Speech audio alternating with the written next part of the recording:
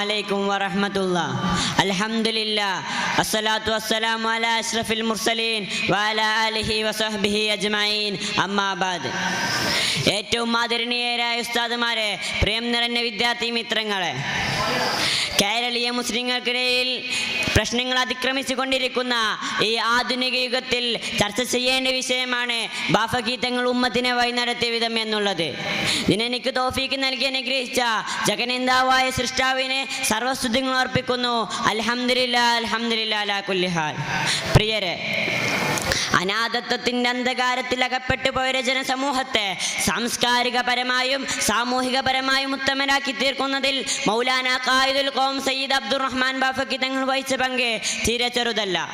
കേരളീയ മുസ്ലിം ഉമ്മത്തെ ആ പാദചലനങ്ങളുടെ ഉയരങ്ങളിലേക്ക് ഗമിച്ചുകൊണ്ടേയിരുന്നു. കളങ്കരഹിതവും നിസ്വാർത്ഥവുമായ ആ ജീവിതം വരച്ചു കാട്ടുവാൻ കേവലം വാക്കുകൾ മതിയാകില്ല. ഒരേ സമയത്ത് ന്യൂനപക്ഷ രാഷ്ട്രീയ നേതാവും സമസ്ത കേരള ജമിയത്തുൽ ഉലമയുടെ ഉന്നത പദവികളിലും അദ്ദേഹം ഒരുപോലെ ശോഭിച്ചു നിന്നു.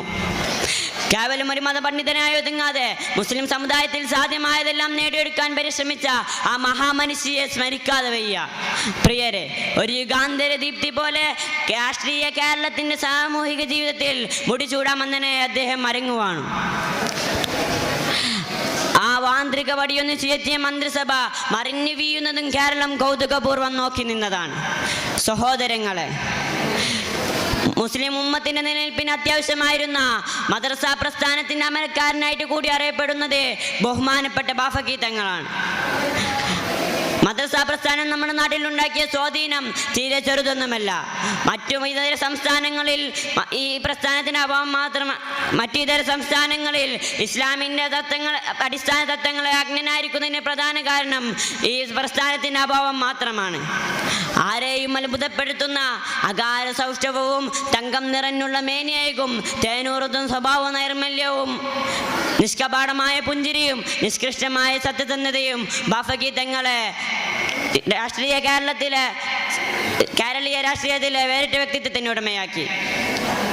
ആ ചുണ്ടുകളിൽ നിന്നും ഉതിർന്നു വീഴുന്ന അക്ഷരമൊഴികൾക്ക് വേണ്ടി ജനാധിപത്യ കേരളം കാതോർത്തു. അൽ ഉലമാഉ മനാറുൽ ബിലാദി മിൻഹും യക്തബിസു നൂറല്ലദീ യഹ്തദീ ബിഹി. പണ്ഡിതർ എന്നും നാടിന് വെളിച്ചമാണ്. ആ വെട്ടം കൊണ്ട് തന്നെയാണ് ജനങ്ങളിലേക്ക് സന്മാർഗം എത്തിച്ചേരുക.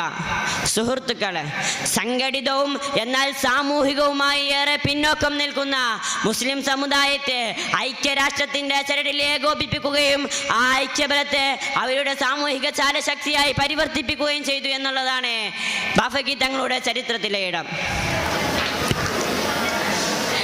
പണ്ഡിത ശ്രേണികളുടെ കഠിന പരിശ്രമമാണ് ഇന്നത്തെ നമ്മുടെ നിലനിൽപ്പിന് ഹേതുവാകുന്നത്. അൽ ഉലമാഉ വറസത്തുൽ അംബിയാ എന്ന തിരുവചനം ഇതിനെത്രയോ വലിയ ഉദാഹരണമാണ്. ഈ കർമ്മഭൂമിയെ ശാദ്വലമാക്കിയ ധർമ്മ തേജസ് അസ്തമിച്ചിട്ട് ഏതാനും പതിറ്റാണ്ടുകളായി.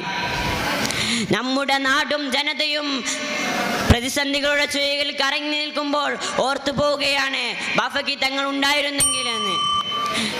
അവിടത്തോടു കൂടെ സ്വർഗത്തിൽ നാളെ ഒരുമിച്ച് കൂടാൻ നാഥൻ തൗഫീക്ക് നൽകട്ടെ എന്ന് പ്രാർത്ഥിച്ചുകൊണ്ട് ഞാൻ എൻ്റെ ഭാഷണം ഉപസംഹരിക്കുന്നു. വാഖിർ ദഅവാനാ അൽഹംദുലില്ലാഹ്. അസ്സലാമു അലൈക്കും വറഹ്മത്തുള്ളാഹി.